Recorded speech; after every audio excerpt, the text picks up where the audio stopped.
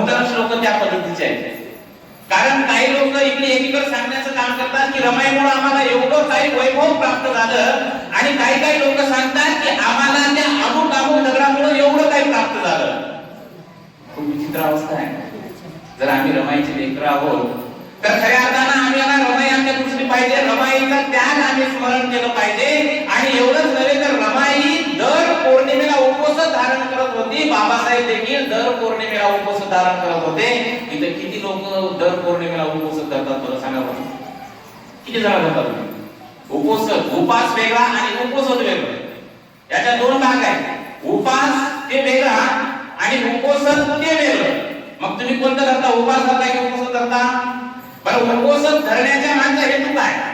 बरं, आणि उपास तापास करता कशासाठी करता? की आम्हाला सुख भेटलं पाहिजे. बरोबर आहे? याच्या पलीकडे काय काहीच नाही ना. बरं, काही लोक एवढे विचित्र आहेत की अशा दगडाची पूजा करतात की त्या दगडाला हात नाही. जसं आपण उदाहरण जर घेतलं, मरू आहे. खरं सांगा, तिला हात आहेत का? तिला आहेत त्या हात? बिलकुल नाही. तिच्या हातात त्या बांगड्या हिरव्या, तिच्या हातात कशासाठी? सवास. किती अवघड काम. तिला हात नाही, तिच्या हातात त्या बांगड्या तुम्हाला. बरं, तिला लुगडं नेसता येते का हो? खरं सांगा, येत नाही.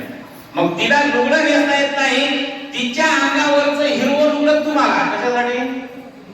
बरं, ज्या देवाला हात नाही तिच्या बांगड्यात तुम्हाला. बरं, तिला लुगडं नेसता येत नाही, तिचं लुगडं तुम्हाला नेसता येते, तिला नेसता येते का?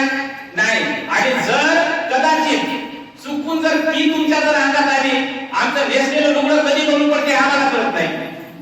आहे की नाही? ज्या देव जर तुमच्या अंगात येत असेल आणि ते जर तुम्ही जे नेसलेलं असेल ते जर काढत असेल तर किती विचित्र अवस्था आहे आमची. आम्हाला रमाई समजली का? बिलकुल नाही समजली.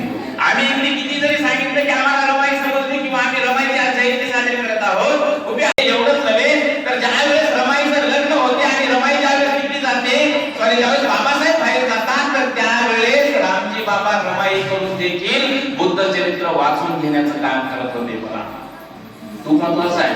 कारण बुद्धाचा प्रभाव रमाईवर देखील होता. बाबासाहेबांवर तर होता, पण ज्यावेळेस रामजी बाबा तिच्याकडून या सगळ्या गोष्टी करून घेत होते, त्यावेळेस तिच्यामध्ये कितीतरी एक ऊर्जा निर्माण करण्याचं काम करत होते. एवढी ऊर्जा निर्माण होते. तीनच्या कितीतरी हाल झालेले आहेत. जर बघितलं 1913 ते 1917 पर्यंत